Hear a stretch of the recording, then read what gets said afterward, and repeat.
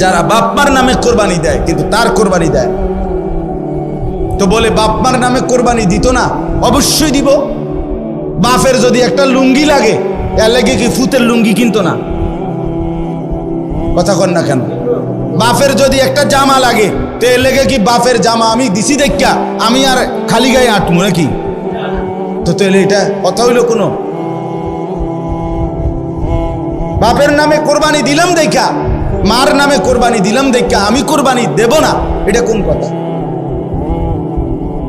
ছেলেটার দোকান অথবা ছেলেটা ঢাকা কাজ করে, চাকরি করে, যেটাই করুক, তে বাইতাইয়া তার কাছে কিন্তু টাকা আছে 60,000-এর বেশি, কিন্তু বাইতাইয়া মাতে না, তার বাপের হাতে টাকা 10,000 দিয়া দেন, আপনি কোরবানি দেন, গোস্ত না খাওন, আপনার নামে দেন, মানে মুরব্বী মানুষ, আপনি মরিয়া গেলে আর পাইবেন কোরবানি। অথচ সে কিন্তু কি সামর্থ্যবান, কথা বুঝেন নাই আমার, তার কাছে টাকা আছে না, এই 10,000 টাকা ছাড়া তার দ্বারা আর টাকা নাই। তাহলে এই ছেলের উপরে তো কোরবানি ওয়াজিব, অথচ সে তার বাবার নামে কোরবানি দিল, বাবার সাথে শরীক দিয়া টাকা জমা দিয়া 10,000 টাকা বাপারে বুঝাই দিয়া শেষ। সে মনে মনে ভাবতেছে আমি তো কোরবানি দিছি, এই যে আব্বারে দিছি 10,000, তুই বেটা আব্বারে না 10,000 দিস, কোরবানি দিস কই? কোরবানি উপলক্ষে না 10,000 টাকা বাপেরে দিছ, তো তুমি তো সারা বছরই টাকা দাও, তো এখনো দিছো, এটা অসুবিধা কি? বাপমার খেদমত তুমি করবে না? বাপমারে তুমি দিবা না? বলেন কি পরিমাণ ছেলে যাদের কাছে টাকা আছে অথচ তারা কোরবানি দেয় না। বাইতাইয়ে নতুন জামা ফিন্দা ঈদগাহে মুসল্লা লইয়া নামাজ পড়তে যায়, কিত্তে যাও বেউকুফ, তুই হুতাতে না থাকবি, তুই গোস্ত আনলে গোস্ত খাইবি। আরে বেটা তোরের বেটা ঈদগাহ যাইতে কইছে কে বেটা? এত সকাল ঘুমে তুটছু কিত্তা তুমি? গোস্ত রান্ধা হইলে না উঠবা, তোমার তো উড়াইবেই তোমার আম্মা।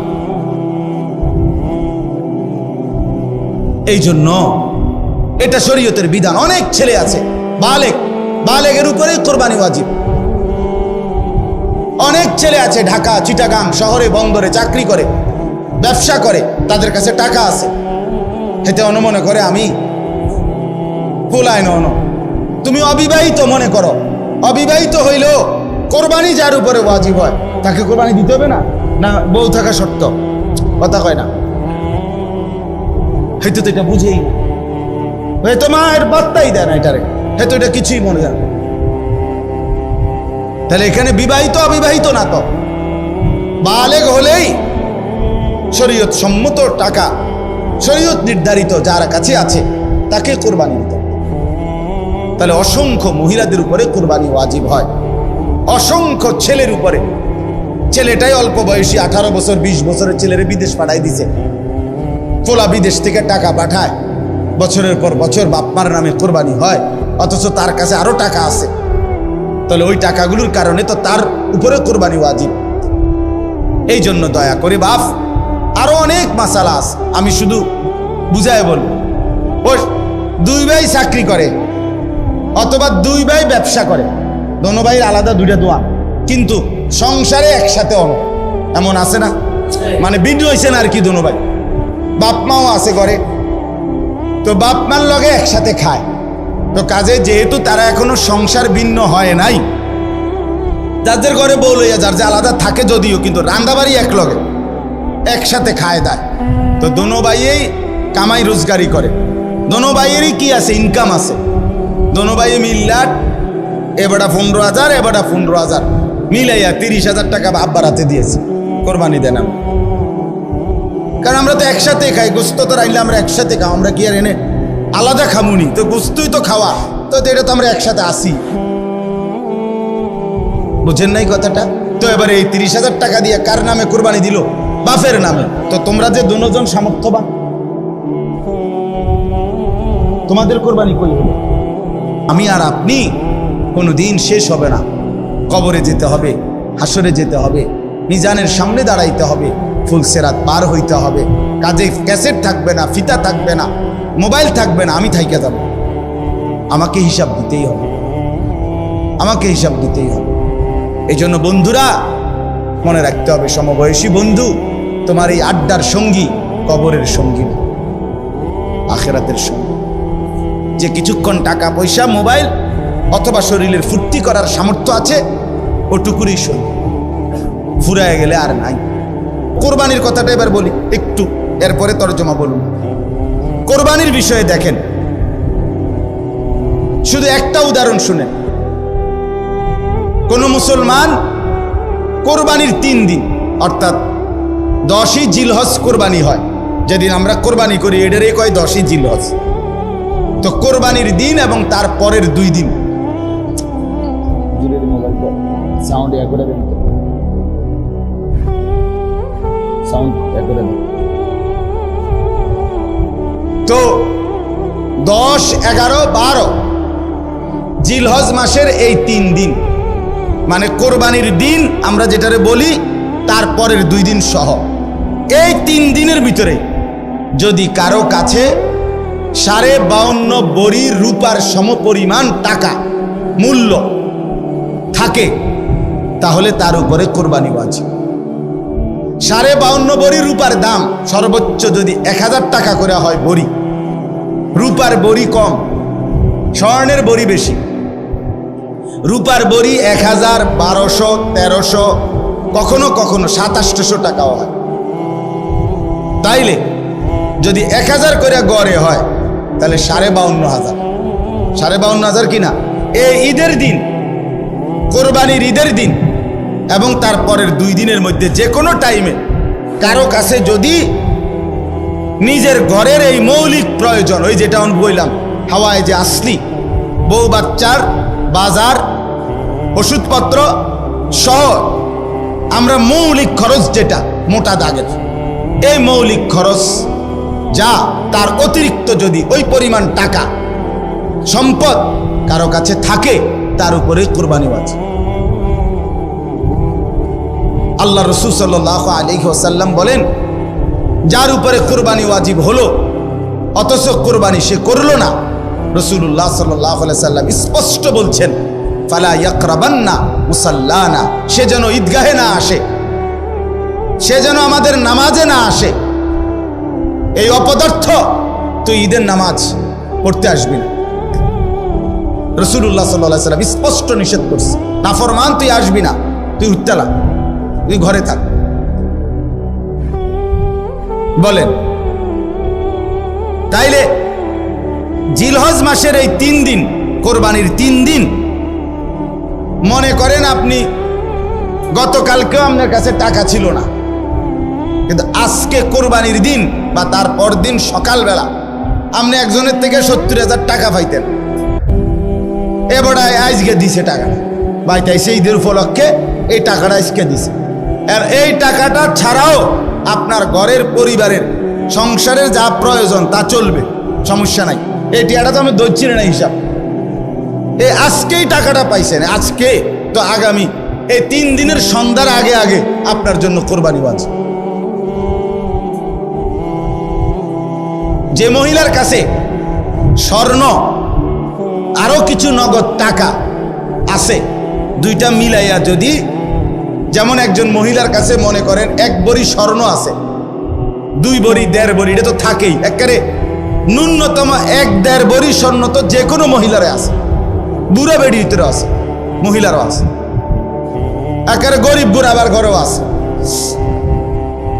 সাথে যদি ওই 3 দিন এই মহিলার কাছে আলগা কিছু টাকাও আছে, 10,000, 5,000, 20,000, 15,000, উনার টাকা, এটি উনার মহিলার নিজের টাকা, স্বামী দিছে, নয়তো ছেলে দিছে, নয়তো বাপের বাড়ির থেকে দিছে, যেমনি হোক দিছে, এই স্বর্ণ আর ওই টাকাটা মিলাইয়া যদি 52,500 টাকার দামের চাইতে বেশি হয়, এই মহিলার উপরে কোরবানি ওয়াজিব, নিঃসন্দেহে ওয়াজিব।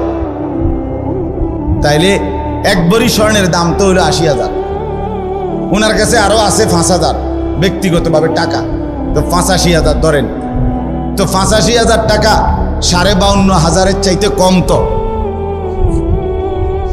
তো তাইলে এই মহিলার উপরে কোরবানি ওয়াজিব হলো কিনা? কই আমাদের সমাজে কয়জন মহিলার কোরবানি দেয়? বেড়িতে বুঝতেও না খাবায়, কিন্তু কোরবানি কো রুটি গুস্ত না খায় উনি, কিন্তু কোরবানি হইল কই। রাসূলুল্লাহ সাল্লাল্লাহু আলাইহি ওয়াসাল্লাম বলেন, যে ব্যক্তি সামর্থ্য থাকার পরেও কোরবানি করলো না, সে যেন আমাদের নামাজে না আসে। কি পরিমাণ ধমক দিছে। তাহলে আমি এই দুইটা মাসালা আপনাদের বুঝাই, কোরবানির বিষয়ে বুঝা দরকার। আপনি মনে করেন ছেলেটা বিদেশ, অধিকাংশ মানুষের ছেলে বিদেশ আছে, তাহলে সে টাকা রোজগার করে। এখন হে প্রত্যেক মাসে বা 2 মাসে 3 মাস পর পরই বাফেরে 20,000 30,000 টাকা দেয়। এই ছেলেটা বাফের লাগিয়া পাঠায়, বাপ মার লাগিয়া। এখন কোরবানির সামনে এই উপলক্ষে ছেলেটা 30,000 টাকা পাঠাইছে, অথবা অন্যান্য বারের চাইতে 5,000 বেশি পাঠাইছে। ধরেন আগে পাঠাইতো সবসময় 30,000, যেহেতু কোরবানি এই জন্য পাঠাইছে 40,000। কথার কথা 10,000 বেশি পাঠাইছে। এখন এই টাকাটা দিয়া ছেলেটার মা এবং বাপের কোরবানি করছে, বাপমার নামে কোরবানি দিছে। এখন ছেলেটা, তার কাছে তো টাকা আছে, তার তো এই শুধু 30,000 টাকা না, তার কাছে তো তার ব্যক্তিগত জমানো টাকা আছে। তো তার কাছে তো অবশ্যই 52,500 টাকার অতিরিক্ত টাকা তার কাছে ব্যাংকে হোক যেখানে হোক তার কাছে জমা আছে না? কথা বলেন না কেন? তাহলে এই ছেলেটার উপরে কোরবানি ওয়াজিব কিনা বলেন না?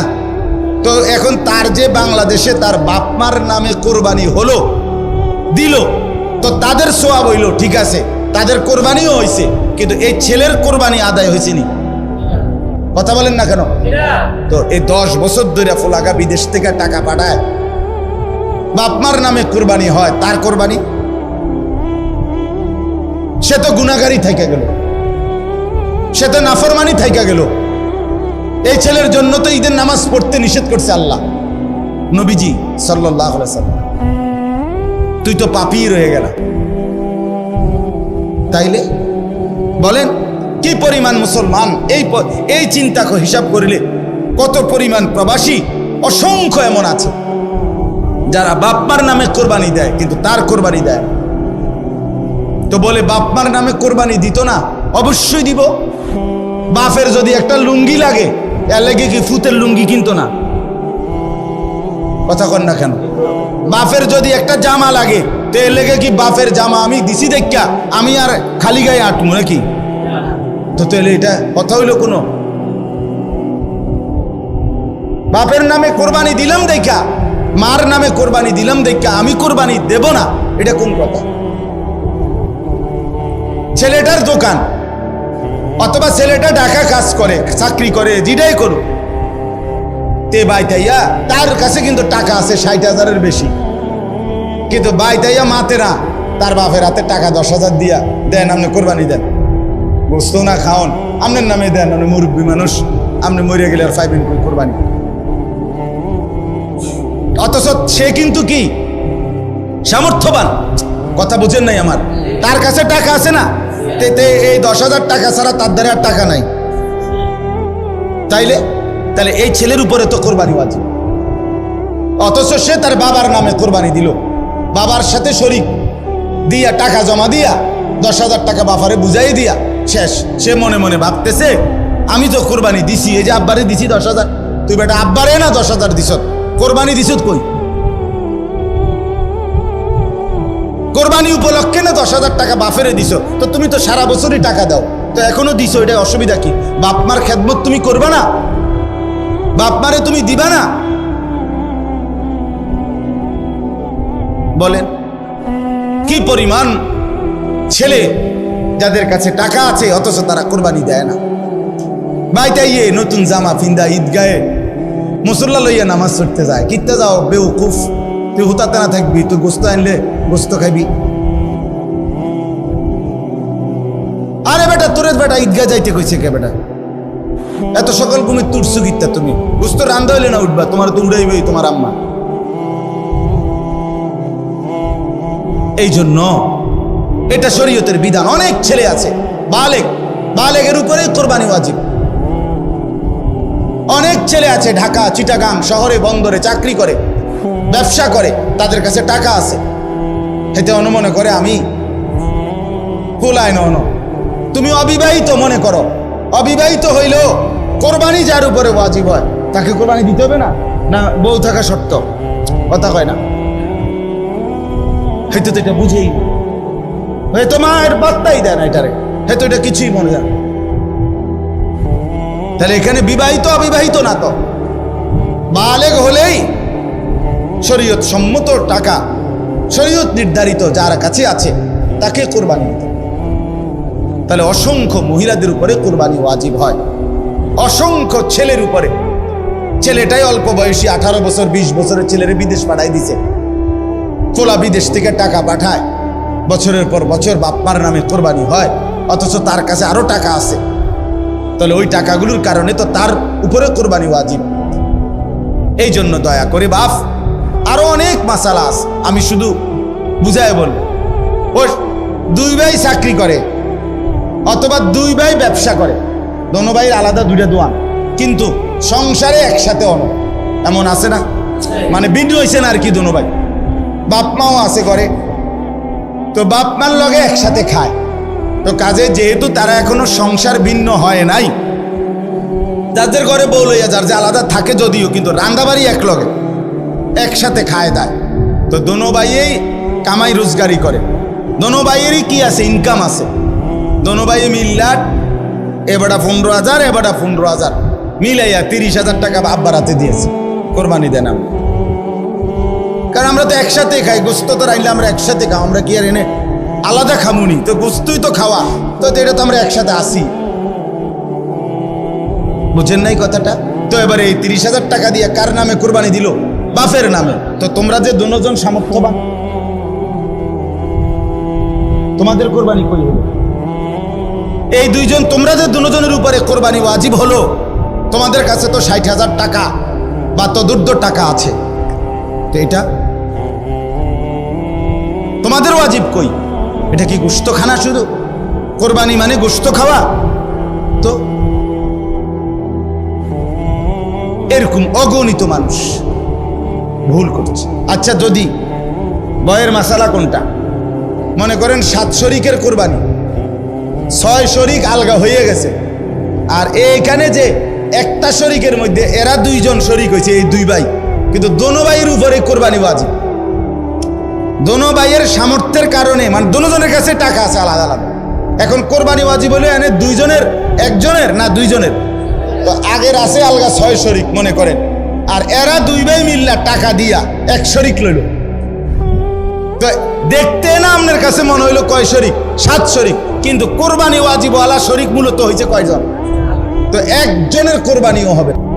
ইন্না আউওয়ালা বাইতিন উদিআ লিন-নাসি লাল্লাযী বিবাক্কাতা। হজ এটা মূলত করা হয় কাবা ঘরকে কেন্দ্র করে। কাকে কেন্দ্র করে?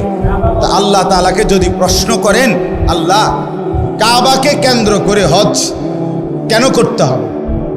নামাজ বাড়িঘরে হয়, রোজা যে যেখানে আদায় হয়, যাকাত যে যেখানে আছে সেখান থেকে দিলেই হয়, তো হজে কি কি করতে হবে আপনি আমার এটা কোনায় ব্যবস্থা করি।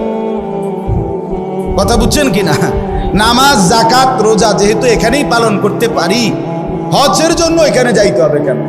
তো আল্লাহ তাআলা কাবা ঘরের কতগুলো বৈশিষ্ট্য আল্লাহ তাআলা এখানে বলছেন, বলার পরে বলছেন এই বৈশিষ্ট্যগুলোর কারণে আমি আমার এই ঘরকে কেন্দ্র করে হজ ফরজ করলাম। কি কি বৈশিষ্ট্য কাবার, যেটা আমনের বাড়ি ঘরে নাই, যেটা বাংলাদেশ চীন জাপানে নাই, যেটা মক্কার ওই কাবা ঘরে আছে, সেটা আর কোথাও নাই। ওই বৈশিষ্ট্যগুলো শুধু সেখানেই পাওয়া যায়, অতএব সেখানেই হজ করতে হবে। 1 নাম্বার, ইন্না আউওয়ালা বাইতিন, আল্লাহ বলে আমার এই গোটা জমিনের কায়নাতের মধ্যে ওই জায়গায় যে কাবা, এটাই জমিনের প্রথম ঘর। জমিনের প্রথম, এটা মর্যাদা, কাবার বৈশিষ্ট্য, এটা প্রথম ঘর।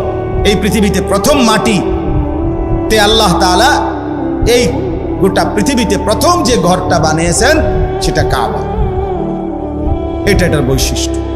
2 নাম্বার, উদিআ লিন-নাস, এই ঘরটা আমি আল্লাহর পক্ষ থেকে বানানোই হয়েছে মানুষের জন্য। মানুষ সেখানে আসবে, আমার বান্দারা আসবে। এই জন্য আল্লাহ তাআলা কাবা বানাইয়া ইব্রাহিম আলাইহিস সালামের মাধ্যমে ইব্রাহিম নবীকে বলছে আযযিন ফিন-নাস বিল হজ, ইব্রাহিম তুমি মানুষদেরকে এই ঘরের উদ্দেশ্যে হজ করার জন্য ডাকো। তাহলে আল্লাহ বলেন আমি বানাইছি মানুষের জন্য, তো মানুষ যাবে না তো কে যাবে? আমার বান্দা আসবে না তো কে আসবে এখানে? তো এটা বানানোই হয়েছে ইমানদারের জন্য, এটা বানানোই হয়েছে মুমিনের জন্য, এটা বানানোই হয়েছে মুসলমানের জন্য। সুবহানাল্লাহ। 3 নাম্বার লাল্লাযী বিবাক্কা, আল্লাহ বলে কাবা শুধু কেবল এটা মক্কাতেই অবস্থিত। কোথায় অবস্থিত? কাজেই এত বাই এত, দৈর্ঘ্যে কত, প্রস্থে কত, সব কিছু একেবারে ইঞ্চি মিলাইয়াও যদি পৃথিবীর অন্য কোথাও কেউ এমন একটা ঘর করে এবং এভাবে কালো যেই গিলাফটা, কালো গিলাফ কাবা ঘরের মধ্যে লাগায়, এটা তো সৌদি আরবে কোম্পানিতে বানায়, একটা নির্দিষ্ট জায়গা আছে, ওরা সারা বছর এই গিলাফটা বানায়। তো এই গিলাফ এখানে একটা বানাইলে এটা এরকম 1000টা গিলাফ বানানো কি অসম্ভব? তো এটা জায়গায় জায়গায় এরকম একটা ঘর বানাইয়া গিলাফটা লাগাইয়া দিলেই তো হয়। আল্লাহ বলে না, হয় না। লাল্লাযী বিবাক্কা, এটা মক্কাতেই হতে হবে, এখানেই যেটা এটাই। এই জন্য ওই যে আব্রাহা বাদশাহ ইয়ামানে বানাইয়া কাবার মর্যাদা দিতে চাইছিল, মক্কার এক লোক গিয়া ওইখানে পেশাব পায়খানা করে দিয়েছে, যা তোর এটা দিলাম। এই কারণেই আব্রাহা বাদশাহ হাতি নিয়ে আসছিল কাবা ধ্বংস করছে। কথা বুঝছেন তো? এটা মক্কাতেই অবস্থিত। 4 নাম্বার মুবারাকান, আল্লাহ বলেন কাবা এই যে মক্কার, এটা বরকতের খাজানা, বরকতের খনি, বরকতের খনি। এটাতে আল্লাহর ঘর কাবাতে আসছে আর বরকতে বরকতে আল্লাহ তাআলা তার জিন্দেগি ভরে দিয়েছে। 5 নাম্বার ওয়া হুদাল লিল আলামিন, এটা সারা বিশ্ববাসীর জন্য হেদায়েতের কেন্দ্র। সুবহানাল্লাহ। এখানে যে আসবে আল্লাহর জন্য, আল্লাহর রাজি খুশির জন্য, সে নিশ্চিত হেদায়েত পেয়ে যাবে, তার জিন্দেগি বদলাবে, তার পরিবর্তন হবে। এটা বৈশিষ্ট্য। 6 নাম্বার ফিহি আয়াতুম বাইয়িনাত, আল্লাহ বলে এই কাবার চারিদিকে অগণিত আল্লাহর কুদরতের নিদর্শন আছে। কাবার ঘর দেখলে আল্লাহর কুদরত, কাবার দরজা দেখলে আল্লাহর কুদরত, হাজরে আসওয়াদ পাথর দেখলে আল্লাহর কুদরত, হাতিমে কাবা দেখলে আল্লাহর কুদরত, মুলতাজিমের সামনে দাঁড়াইলে মুলতাজামের আল্লাহর কুদরত। এরপরে কাবা ঘরের ছাদের পানি যেই পড়ে মিজাবে রহমত, এটার দিকে তাকাইলে আল্লাহর কুদরত। হাজি সাহেবদের চেহারা, হাজি সাহেবদের এই ঘোরাফেরার দিকে তাকাইলে আল্লাহর কুদরত। তাওয়াফ দেখলে আল্লাহর কুদরত, সাফা মারওয়ায় আল্লাহর কুদরত। এখানে কদম কদম আল্লাহর কুদরতের নিদর্শনই নিদর্শন। আল্লাহকে যদি বলেন আল্লাহ আরো 2-1টা আমনে কর না, তা আল্লাহ বলে বাকামু ইব্রাহিম, এখানে একটা বড় সড়ো আমার কুদরত আছে, আসলেই দেখবা বান্দা, সেটা হচ্ছে ইব্রাহিম আলাইহিস সালামের স্মৃতি চিহ্নওয়ালা পাথর। ইব্রাহিম আলাইহিস সালাম আল্লাহর হুকুমে কাবা ঘর এই দেওয়াল যে সময় পাথর গাঁথতেছিলেন, দেওয়াল উঠাইতেছিলেন, তখন আল্লাহ তাআলা জিবরাইলের মাধ্যমে একটা পাথর পাঠাইছেন। এই পাথরটা ইব্রাহিম আলাইহিস সালামের পায়ের নিচে দিছে। ইব্রাহিম আলাইহিস সালাম এই পাথরের উপরে দাঁড়িয়ে কাবা ঘর নির্মাণ করছেন। আল্লাহ তাআলা স্বয়ংক্রিয়ভাবে ওই পাথরটাকেই লিফট বানায় দিয়েছেন। এটা ইব্রাহিম আলাইহিস সালামের প্রয়োজনে উপরে উঠত, নিচে নামত। তো এই পাথরটা আল্লাহকে বলছে, আল্লাহ আপনার বন্ধু আমার উপরে পাও দিয়া রাখছে, আমি পাথর যদিও শক্ত, কিন্তু আমার একটু মন চাইতেছে আপনি যদি আমার সুযোগ দেন, আমি একটু নরম হইয়া আপনার বন্ধুর পায়ের চিহ্নটা আমার মধ্যে নিয়ে নেই। তা আল্লাহ বলছে ঠিক আছে। তো পাথর নরম হইছে, ইব্রাহিম আলাইহিস সালামের 2 পাও পাথরের মধ্যে দাইবা গেছে, একবারে খাপে খাপ পায়ের চিহ্ন লাইগা গেছে। এখন আজ 6000 বছর পরেও ইব্রাহিম আলাইহিস সালামের সেই পায়ের চিহ্ন বিশিষ্ট পাথর ওইখানে অবিকল একই রকম আছে। ফীহি আয়াতুম বাইয়িনাত মাকামু ইব্রাহিম। এটা বৈশিষ্ট্য, আপনি গেলে দেখবেন। চলেন যাই, বলেন ইনশাআল্লাহ।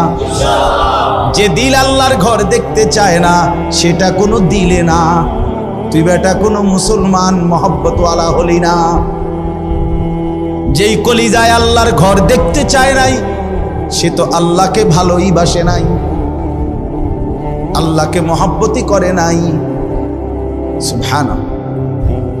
ওয়ামান দাখালাহু কানা আমিনা। এই শেষ বৈশিষ্ট্য হইল, আল্লাহ বলে আমার এই কাবা এমন জায়গা, এখানে আসলেই নিরাপদ, আসলেই নিরাপদ, গুনাহ থেকেও নিরাপদ, নাফরমানি থেকেও নিরাপদ, শত্রুর হামলা থেকেও নিরাপদ, কারো জুলুম অত্যাচার থেকেও নিরাপদ। সুবহানাল্লাহ, নিরাপদ। ওয়ামান দাখালাহু কানা আমিনা, ঢুকলেই নিরাপদ, ঢুকলেই নিরাপদ। আল্লাহ বলছেন এটা নিরাপদ। এই এত কিছু বলে শেষ কথাটা দেখেন, আল্লাহ তাআলা বলেন কাবার কি কি বৈশিষ্ট্য কইল? 9টা বৈশিষ্ট্য কইছে। 1 নাম্বার, এটা প্রথম ঘর। 2, মানুষের জন্যই বানানো হয়েছে। 3, মক্কাতেই অবস্থিত। 4, বরকতের কেন্দ্র। 5, সারা পৃথিবীর মানুষের হেদায়েতের কেন্দ্র। 6, এখানে অগণিত নিদর্শন আছে চারিদিকে। 7, এখানে মাকামে ইব্রাহিম আছে। 8, এখানে যে ঢুকবে সে নিরাপদ হয়ে যাবে। এই 8টা 9টা 8টা। আবার ওই একটার ভিতরে তো অনেকটি, এখানে অনেক নিদর্শন আছে কইলে তো একটা একটা আলগা আলগা কইলে তো এখানে অনেকটি। সর্বশেষ আল্লাহ বলেন এই এতগুলো বৈশিষ্ট্যের কারণে ওয়ালিল্লাহি আলান নাসি হিজ্জুল বাইতি, আমি আল্লাহ আমার সন্তুষ্টির জন্য আমার বান্দাদের উপরে মানিস্তাতা ইলাইহি সাবিলা, শরীয়ত কর্তৃক নির্ধারিত সামর্থ্য যাদের আছে তাদের জন্য এই ঘরের হজ ফরজ করে দিলাম। আল্লাহ এবার শেষ বলে, বান্দা শুনো, আমি এত বড় মর্যাদাপূর্ণ কাবা, এত বৈশিষ্ট্য বললাম, হজটাকে ফরজ করলাম। সামর্থ্য আমি দিলে তাইলে যাইতে কইছি, আমি যদি সামর্থ্য না দেই তাইলে যাওয়ার দরকার নাই। তাইলে আমি সব কিছু আমি দেওয়ার পরে, বলার পরেও যে অবজ্ঞা করবে, তুচ্ছ তাচ্ছিল্য করবে, খামখেয়ালি করবে, ওমান কাফারা ফা ইন্নাল্লাহা গানিয়্যুন আনিল আলামিন। আল্লাহ বলে কেউ যদি অস্বীকার করে, অবজ্ঞা করে, তাইলে আমি রব্বুল আলামিন সারা পৃথিবীও যদি আমার এই ঘরকে পাত্তা না দেয় আমার কোনো অসুবিধা নাই, আমি কারোই মুখাপেক্ষী না, বরং সবাই আমারই মুখাপেক্ষী। 16 কোটি মুসলমানও যদি হজ না করে আল্লাহর কিছুই যাবে না, আসবে না, ক্ষতিগ্রস্ত হবে আমরা। কথা বলেন না কেন? বাংলাদেশ থেকে যদি কেউ হজে না যায় তো কাবা ঘরের এক সাইড কাইতেই যাবো নাকি? তা আল্লাহর ঘরের মর্যাদা কমে যাবে না? আল্লাহর মর্যাদা কমে যাবে। কে ধরেন আমি না গেলে, আপনি না গেলে, হজ ফরজ হওয়ার পরেও তা আপনার আমার মরণ যদি ইহুদির মরণ হয়, খ্রিস্টানের মরণ হয়, তো কি হবে কবরে, কি হবে হাসরে, কি হবে আখেরাতে, কি হবে পরকালে? এজন্য দয়া করে কথা এখানেই শেষ। মেহেরবানি করে চলেন, কিছু মাসালাও বললাম অল্প করে, আবার ফজিলতও বললাম হজ্জের, কোরবানির। হজ এবং কোরবানি, যাকাত এগুলো আদায়ের প্রতি আরো যত্নবান হবেন। আল্লাহ তাআলা আমাদেরকে তৌফিক দান করেন। যে কয়জন নওজোয়ান ছেলে আছো ভাইয়া, মেহেরবানি করে অনুরোধ করছি, কষ্ট করে গরমের মধ্যেই ভাই আল্লাহর কথা শুনেছ ভাইয়া, আমার অনুরোধ রইল মুসলমানের যুবক 5 ওয়াক্ত নামাজ পড়তে চেষ্টা করো ভাইয়া। মোবাইলের এই আসক্তি, নারীর ছবি, জিনা ব্যভিচারের এই দৃশ্য, সারাদিন বন্ধুদের এই আড্ডা, খোদার কসম শেষ পর্যন্ত আখেরাত না, আখেরাত তো নাই, দুনিয়াও খুব বেশি লাভবান হবে, খুব লাভবান হবেন। কাঙ্ক্ষিত কোনো ফলাফল আসবেন, বড় মোবাইল থাকবে না পৃথিবীতে। আমি বললাম ফিতার ক্যাসেট পৃথিবীতে নাই, চ্যাপ্টা চ্যাপ্টা সিডি ইডি এখন আর নাই, কেউ জানতো না। ওরা যারা বানাইছে ওগুলো যখন চলছে তখন কেউ বুঝতো না যে এগুলো থাকবে না। ফিতার ক্যাসেট আমি দেখছি, ওই যে ফিতাওয়ালা ক্যাসেট যে সেগুলো আছে এখন, চলে এগুলো, সিডি চলে এগুলো যে চ্যাপ্টা চ্যাপ্টা, তো এগুলো তো আমিও দেখছি। তা আমার বয়স তো কমপক্ষে 600 বছর, ঠিক না? তো তা আমি তো দেখছি আজ থেকে 25 বছর আগে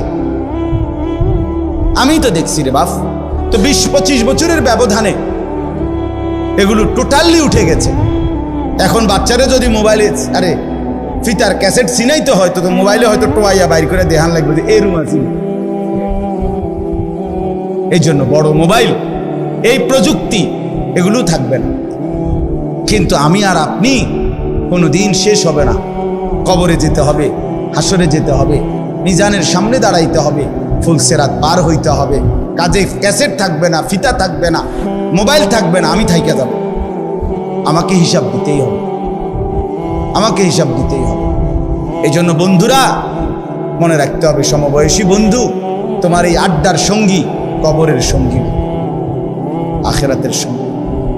যে কিছুক্ষণ টাকা পয়সা, মোবাইল অথবা শরীরের ফুর্তি করার সামর্থ্য আছে, ওটুকুরই সঙ্গী, ফুরায় গেলে আর নাই। আল্লাহ তাআলা আমাদের প্রত্যেককে তৌফিক দেন, কবুল করেন, আমিন। সুবহানাল্লাহি ওয়া বিহামদিহি।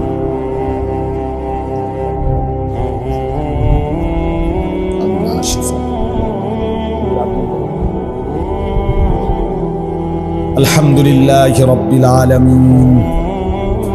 আল্লাহুম্মা আনতাস সালাম ওয়া মিনকাস সালাম। সামনের জীবন আরো বেশি নেক আমলের তৌফিক দেন, ঈমান আমলের দৌলত দেন, তাকওয়া তাহারাতের জিন্দেগি দান করেন। আল্লাহ আমাদের প্রত্যেকের জীবন কবুল করে নেন। এলাকার সমস্ত কবরবাসীদেরকে মাফ করে দেন, কিয়ামত পর্যন্ত কবরের আযাব মাফ করে দেন।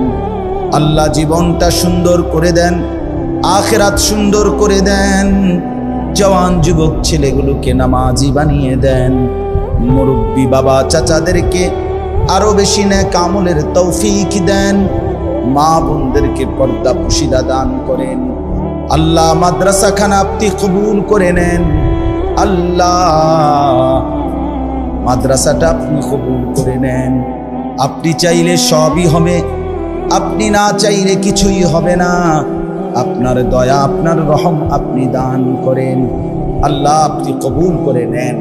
মাওলা আপনি মেহেরবানি করেন। আজকের এই ইসলাহি মজলিস আপনি কবুল করে নেন। আল্লাহ এই তালিম সুন্নাহ মাদ্রাসা আপনি কবুল করে নেন। আল্লাহ আয় আল্লাহ এত বড় বুজুর্গ আল্লাহ ওয়ালা হুজুর, আল্লাহ ওনার হায়াতকে হায়াতে তয়্যিবা আফিয়া দান করেন, সুস্থতার হায়াত দান করেন। আল্লাহ এই মহল্লার এলাকার আশপাশের যতজন এসেছে প্রত্যেককে উত্তম বরকত দান করেন। মাদ্রাসার তামাম জরুরত আপনি পূরণ করে দেন। ছাত্র উস্তাদ আরো মিলায়া দেন। যারা আছে তাদেরকে ইখলাস ও তাকওয়া দান করেন। বাচ্চাগুলো আল্লাহ তাদেরকে হাফেজ আলেম মুত্তাকি বানায়া দেন।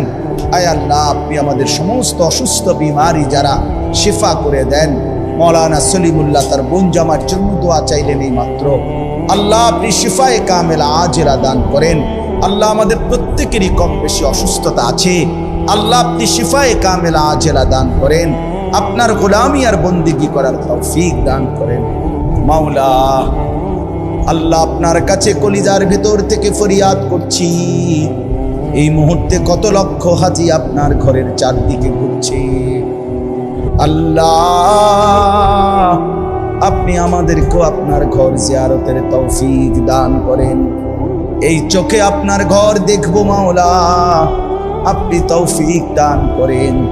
এই চোখে বন্ধুর রওজার সামনে দাঁড়াবো, আপনি তৌফিক দান করেন। আল্লাহ আপনি কবুল করেন। মাওলা আমাদের প্রত্যেকটা মুসলমান সামর্থ্যবানকে হজ, কুরবানি, যাকাত ঠিক মতো আদায় করার তৌফিক দান করেন। আল্লাহ প্রত্যেকের নেক মাকসাদ পূরণ করে দেন।